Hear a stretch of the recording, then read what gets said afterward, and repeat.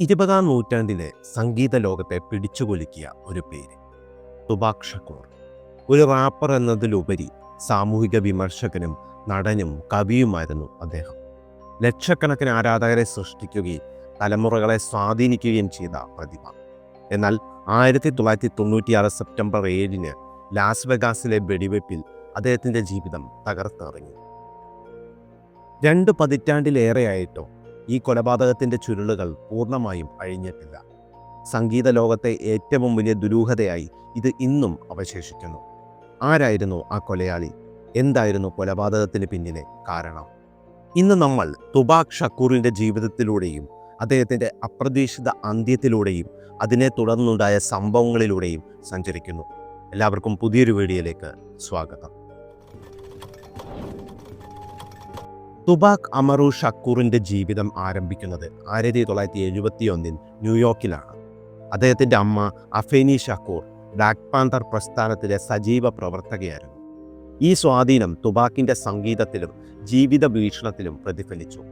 ചെറുപ്പത്തിൽ തന്നെ കവിതകളോടും അഭിനയത്തോടും താല്പര്യം കാണിച്ച തുപാക് ബാൽട്ടിമോർ സ്കൂൾ ഓഫ് ആർട്സിൽ പഠിച്ചു.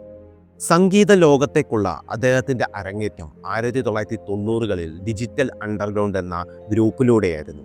എന്നാൽ 1991 പുറത്തിറങ്ങിയ ടു പകലിപ്സ് നൗ എന്ന ആദ്യ സോളോ ആൽബത്തിലൂടെ അദ്ദേഹം ശക്തമായ ഒരൊറ്റയാൾ ശബ്ദമായി മാറി. ദാരിദ്ര്യം, പോലീസ് അതിക്രമം, വർഗീയത തുടങ്ങിയ വിഷയങ്ങൾ അദ്ദേഹം തൻ്റെ വരികളിലൂടെ തുറന്ന് സംസാരിച്ചു. അദ്ദേഹത്തിൻ്റെ സംഗീതം തെരുവിൻ്റെ ശബ്ദമായിരുന്നു. അത് ജനങ്ങളെ ചിന്തിപ്പിച്ചു, പ്രതികരിപ്പിച്ചു. Changes, dear mama, California love തുടങ്ങിയ ഗാനങ്ങൾ അദ്ദേഹത്തിന് ആഗോള പ്രശസ്തി നേടിക്കൊടുത്തു. സംഗീതത്തിൽ മാത്രമല്ല, പോയറ്റിക് ജസ്റ്റിസ്, ജ്യൂസ് തുടങ്ങിയ സിനിമകളിലെ അഭിനയത്തിലൂടെയും അദ്ദേഹം ശ്രദ്ധേയനായി.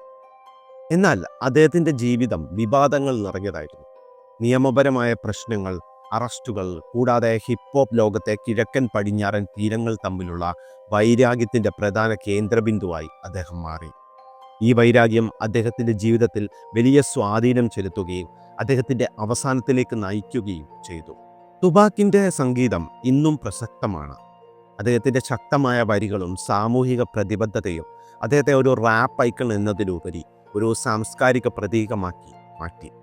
1996 സെപ്റ്റംബർ 7 ശനിയാഴ്ച രാത്രി തുപാക് ഷക്കൂർ തൻ്റെ റെക്കോർഡ് ലേബലായ ഡെത്ത് റോ റെക്കോർഡ്സിൻ്റെ CEO ആയ സജ്നൈറ്റിൻ്റെ കൂടെ ലാസ് വെഗാസിലായിരുന്നു.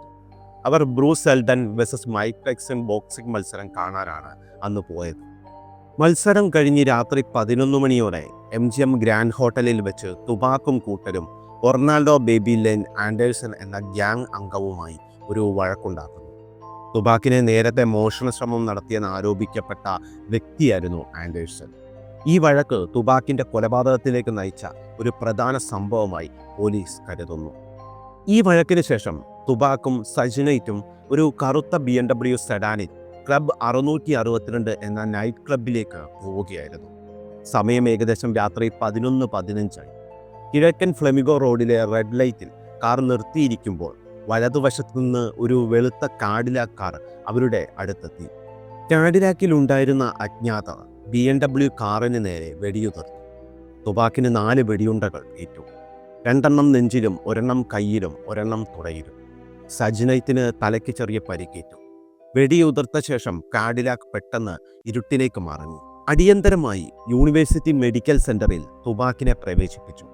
ഡോക്ടർമാർ അദ്ദേഹത്തെ രക്ഷിക്കാൻ പരമാവധി ശ്രമിച്ചു.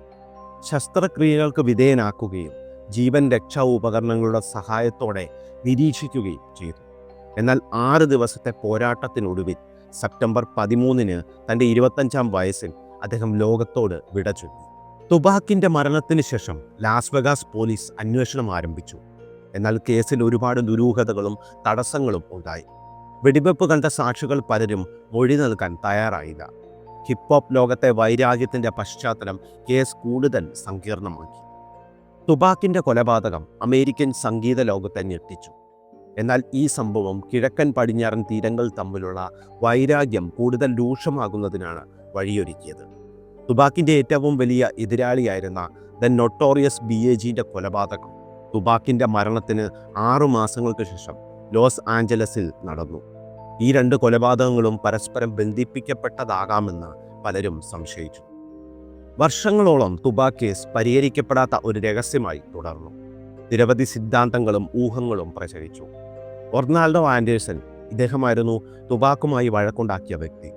തുബാക്കിനെ വെടിവെച്ചത് ഇദ്ദേഹമാണെന്ന് പോലീസ് സംശയിച്ചിരുന്നു. എന്നാൽ 1998 ഒരു ഗ്യാങ് സംഘടനത്തിൽ ആൻഡേഴ്സൺ കൊല്ലപ്പെട്ടു.